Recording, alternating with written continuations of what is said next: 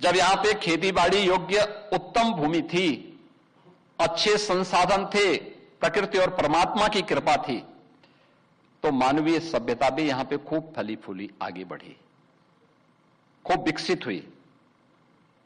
हर क्षेत्र में भारत ने खूब प्रगति की। कहते हैं यानी 11वीं सदी में भारत के अंदर आबादी 60 करोड़ थी। 60 करोड़ की पॉपुलेशन भारत के अंदर रह रही थी। बाद में विदेशी आक्रांताओं ने, तमाम प्रकार के हमलों ने, फिर यहां पर कुल आबादी जो भी थी भारत के अंदर, ये केवल कृषि पर निर्भर नहीं थी।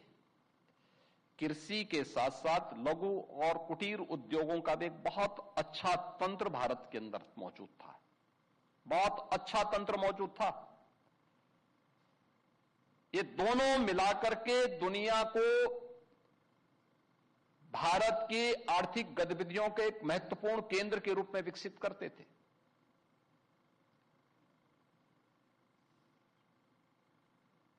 चंद्रगुप्त मौर्य के समय ग्लोबल इकोनॉमी में भारत की हिस्सेदारी 40% थी।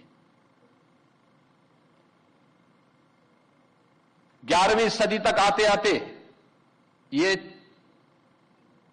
घटकर के 30% तक पहुंचा, और जब आज से 300 वर्ष पहले आप 17वीं सदी में पहुंचते हैं, भारत की हिस्सेदारी घटकर के 25% पहुंची। 1947 आते आते ब्रिटिश कालखंड के अंदर तो भारत के लघु और कुटीर उद्योगों को पूरी तरह बंद करवा दिया गया। भारत के अंदर होने वाली परंपरागत खेती, जिसको आप प्राकृतिक खेती कह सकते हैं, केमिकल, फर्टिलाइजर, पेस्टिसाइड की कोई आवश्यकता नहीं थी।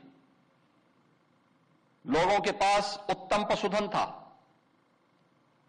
उसके माध्यम से जो लोग खेती बाड़ी करते थे, साथ साथ आधी से कम आबादी खेती पर निर्भर थी। शेष अन्य लोग अन्य प्रोडक्शन के कार्यों के साथ जुड़े हुए थे, लघु और कुटीर उद्योगों के साथ जुड़े हुए थे। परिणाम क्या था? भारत धन धान्य से परिपूर्ण था।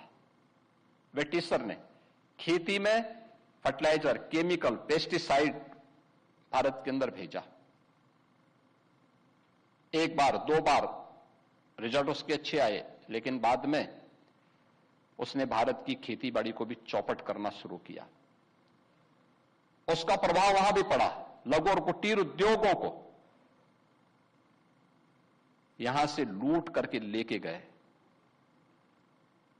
कहते हैं ब्रिटिशर भारत से $32 ट्रिलियन की बराबर का सोना इस देश से लूट करके लेके गए हैं। ये विदेशी दासता क्या होती है, कैसे उन्होंने भारत को लूट करके अपने आप को समृद्ध किया है, ये उसका नमूना है। ये उसका नमूना है।